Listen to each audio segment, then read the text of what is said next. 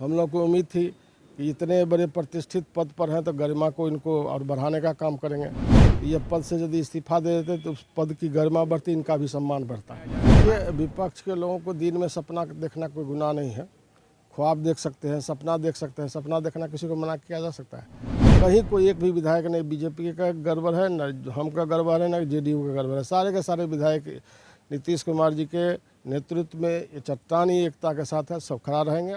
12 फरवरी को जब विधानमंडल सत्र की शुरुआत होगी और राज्यपाल आएंगे तो संबोधन के वक्त आसन पर कौन होगा, इस पर संशय है। हमारे साथ उपाध्यक्ष महोदय इन्हीं से समझते हैं। सर, क्या कुछ हो सकता है? 12 फरवरी को पहले कुर्सी पर कौन बैठेगा? देखिए, स्वाभाविक था, जो हमारे जो कोई भी संस्था नियमावली के अनुकूल चलती है, बिहार विधानसभा के प्रक्रिया कार्य संचालन नियमावली है, उसमें साफ साफ जो अनुच्छेद 179 है उसमें स्पष्ट शब्दों में लिखा हुआ है कि जिनके विरुद्ध अध्यक्ष हो या उपाध्यक्ष हो, उनके विरुद्ध यदि अविश्वास प्रस्ताव लगा है तो वो आसन पर नहीं बैठेंगे। उनके आसन पर रहने से, चूँकि उन्हीं के प्रति अविश्वास प्रस्ताव है, इसलिए वो आसन पर नहीं बैठ सकते हैं। डिप्टी स्पीकर जो होते हैं वही आसन पर बैठेंगे और उनके नेतृत्व में ही उनके विरुद्ध जो मतदान होगा वो मतदान की प्रक्रिया होगी।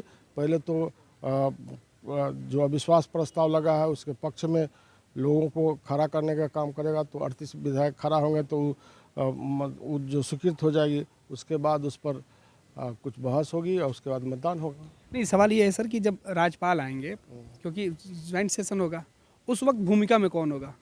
उस समय तो स्वाभाविक बात है, यदि इस्तीफा ही नहीं देंगे तो यही रहेंगे, क्योंकि उस समय तो ज्वाइंट सेशन होगा। ज्वाइंट सेशन होगा तो राज्यपाल जी का अभिभाषण होगा, उस समय यही रहेंगे। ये रहेंगे। हाँ, यदि उससे पहले इस्तीफा दे दिए तो ठीक है, नहीं तो यही रहेंगे।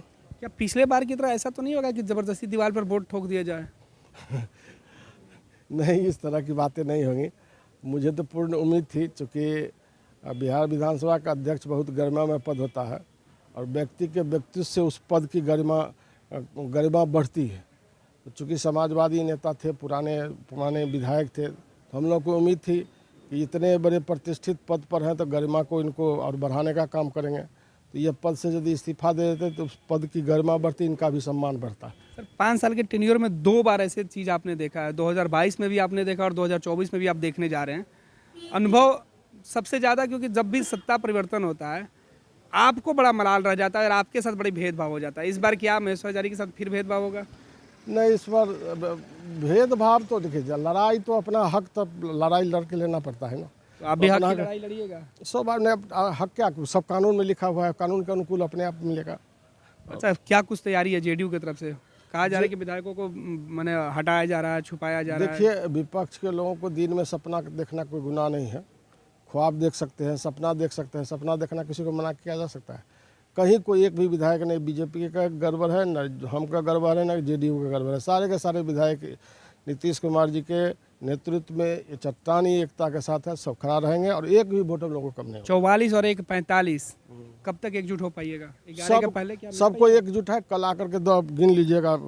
कल क्या है सर? 12 बजे में हम लोग सबको बैठक उसी बुलाए हैं, गेट टुगेदर है, उसमें आए। लेकिन ये अमूमन सदन खत्म होने के बाद गेट टुगेदर किया जाता है। भोज का आयोजन तो सदन की समाप्ति के बाद होता था। पहली बार किया जा रहा है कि भाई सबको बुलाकर तालाब में टटोला जा रहा है मन। नहीं, गेट टुगेदर भी है, उसके बाद फिर 11 तारीख के भी है, उसमें भी आ सकते। लेकिन सर, पहले होता था, ये थोड़े बाद में होता था। अमन सत्र के बाद आप लोग भोज देते थे विधायकों को। पहली बार भोज नहीं, सब बार होता है। ये तो पहली बार भोज दे रहे हैं ना? नहीं, पहले भोज दे रहे हैं, पहले भी देते हैं और बाद में भी देते हैं। लेकिन इस बार पहले विधायकों को टटोला जा रहा है। जेडीयू अपने विधायकों को दोनों तरफ से होता है, पहले भी बाद में भी, दोनों तरफ से। दोनों तरफ से होगा, लेकिन भोज के बहाने अपने विधायकों का मन मिजाज टटोलेंगे, संख्या गिनेंगे, फिर प्लेट भी बांटी जाएगी और इस बार खाने के टेबल पर सियासत के जो मंत्र हैं वो दिए जाएंगे।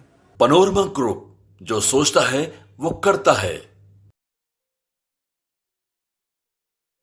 ये लो, मुंह मीठा करो। आज मैंने अपना जॉब छोड़ दिया, अब हम पूर्णिया वापस जाएंगे।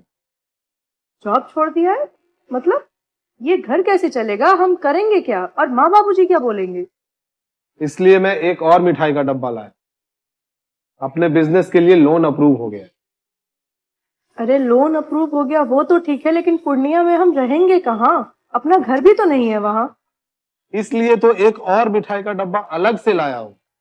हमने पूर्णिया में घर ले लिया है, पूर्णिया के ई होम्स पैनोरमा में।